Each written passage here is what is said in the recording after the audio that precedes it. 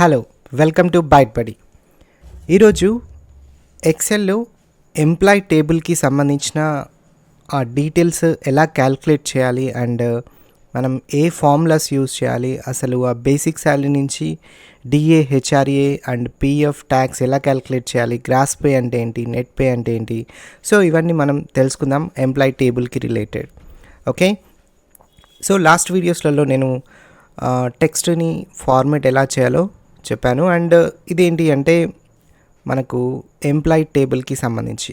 So ఇక్కడైతే మనకి basic details అయితే ఉన్నాయి. Serial number, employee name, designation, basic salary వరకు అయితే డీటెయిల్స్ ఉంది. సో డీటెయిల్స్ అయితే ఉన్నాయి. సో ఇక్కడ ఫస్ట్ అడిషన్స్ అంటే ఒక ఎంప్లాయ్కి మనం ఇచ్చే శాలరీకి మనం ఏమేం కలిపిస్తాం. ఓకే, బేసిక్ శాలరీకి ఏవైతే మనం కలిపి ఇస్తామో వాటిని ఇక్కడ మనం అడిషన్స్ అనొచ్చు. అంటే ఎగ్జాంపుల్కి DA, HRA, DRS allowances, house rent allowances, so అలాంటివి అనమాట. తర్వాత మనం బేసిక్ శాలరీకి డిఏ అండ్ హెచ్ఆర్ఏ యాడ్ చేస్తే వచ్చేది గ్రాస్ శాలరీ. అండ్ ఈ గ్రాస్ శాలరీ నుంచి మనం ఏవైతే డిడక్షన్స్ ఉంటాయో పిఎఫ్, ట్యాక్స్, సో వాటిని అన్నిటిని మనం డిడక్ట్ చేస్తే వచ్చేది అండ్ మనం ఎంప్లాయ్కి ఇచ్చే శాలరీని నెట్ శాలరీ అంటాం. ఫస్ట్ మరి ఇక్కడ డిఆర్ఎస్ అలవెన్సెస్ ఆర్ డిఏని క్యాల్కులేట్ చేయాలంటే ఎలా క్యాల్కులేట్ చేస్తాం? మనకి ఫస్ట్ ఒక కంపెనీ ఎంప్లాయీస్కి డిఏ ఇవ్వాలి అంటే ఎంతో అంత పర్సంటేజ్ మీద ఇస్తారనమాట. Okay, maybe 5%, 3% are 10%. సో అలా పర్సంటేజ్ని బేస్ చేసుకొని అది మేబీ ఎంప్లాయీ టు ఎంప్లాయీ డిఫరెంట్గా ఉండొచ్చు, బేస్డ్ ఆన్ డెసిగ్నేషన్ ఉండొచ్చు అండ్ బేస్డ్ ఆన్ శాలరీ ఉండొచ్చు. So that is as per the rules of company అనమాట. జస్ట్ నేను ఎగ్జాంపుల్కి చెప్తున్నాను. ఇక్కడ నేను డిఆర్ఎస్ అలవెన్సెస్ అనేవి నేను 5% తీసుకుంటాను.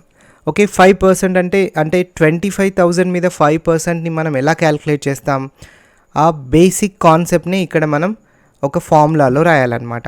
నార్మల్గా నేను ఒక క్యాల్కులేటర్ ఓపెన్ చేస్తున్నాను అండ్ క్యాల్కులేటర్ ఓపెన్ చేసి ఇక్కడ నేను ఏమని క్యాల్కులేట్ చేస్తానంటే, సో 25,000 మీద 5% అంటే 25,000 multiplication with 5 and divided by 100. Okay, so then మనకి అది వచ్చేస్తుంది అంటే 12. ఓకే, సో 25,000 మీద ఇక్కడ 5% అంటే 1250 అనమాట. ఓకే, సో ఆ బేసిక్ క్యాల్కులేషన్నే నేను ఇక్కడ సింపుల్గా ఒక ఫార్ములాలో ఇస్తున్నాను. సో ఏదైనా సరే ఫార్ములా అనేది ఈక్వల్ సైన్తో స్టార్ట్ అవుతుంది అండ్ ఇక్కడ మనం బేసిక్ శాలరీ యొక్క సెల్ అడ్రస్ ఇవ్వాలి and star, that is multiplication, మీరు ఎంత పర్సెంట్ ఇవ్వాలో అంత పర్సెంట్ ఇచ్చేసి అండ్ డివిజన్ ఇచ్చేసేయండి, దెన్ 100, దెన్ సింపుల్గా ఎంటర్ ప్రెస్ చేయండి. సో ఇక్కడ మనకి ఏంటి అంటే ఆ డిఏ అనేది క్యాల్కులేట్ అయిపోయింది అంటే బేసిక్ శాలరీ మీద 5% అనమాట. అండ్ ఇక్కడ నేను డిఏ అనేది అంటే ఇక్కడ ఎవరైతే ఎంప్లాయీస్ ఉన్నారో వాళ్ళందరికీ సేమ్ 5% అయితే క్యాల్కులేట్ చేస్తున్నాను. సింపుల్గా నేను ఇదంతా ఫిల్ చేయాలనుకుంటున్నాను. సో ఇక్కడ మనం సెల్ని సెలెక్ట్ చేసుకున్న తర్వాత ఇక్కడ మనకి కార్నర్లో బాటమ్ రైట్ కార్నర్లో మనకు ఒక చిన్న డాట్ ఉంటుంది. సో దాని మీద తీసుకెళ్తే మౌస్ పాయింటర్ చేంజ్ అవుతుంది. జస్ట్ లెఫ్ట్ బటన్తో క్లిక్ చేయండి, మౌస్ లెఫ్ట్ బటన్తో క్లిక్ చేసి డ్రాగ్ చేసి వదిలేసేయండి.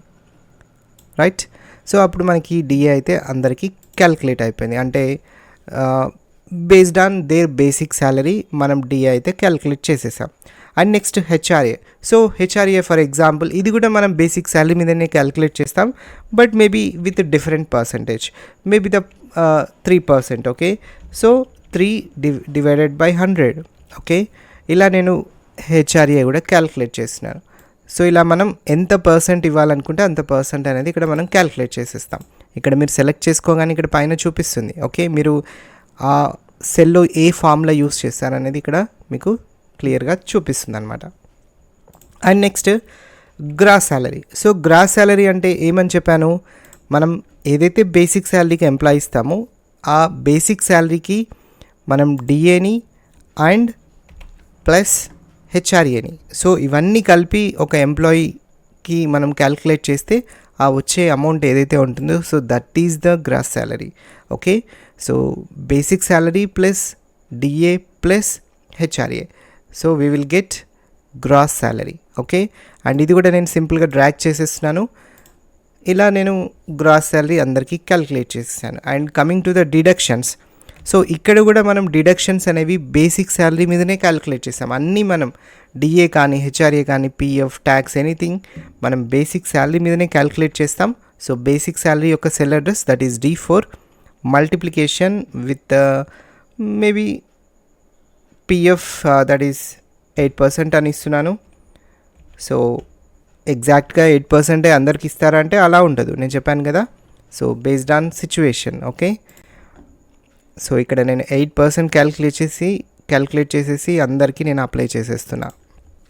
And tax, so tax percentage ఇక్కడ నేను ఏం తీసుకుంటున్నా అంటే బేసిక్ శాలరీ మీద ఇక్కడ 4% అని తీసుకుంటున్నాను. ఓకే, సో ఇలా మీరు మీ క్రైటీరియా ఏది ఉంటే ఆ క్రైటీరియాని బేస్ చేసుకొని ఇక్కడ మీరైతే క్యాలిక్యులేట్ చేయాల్సి ఉంటుంది.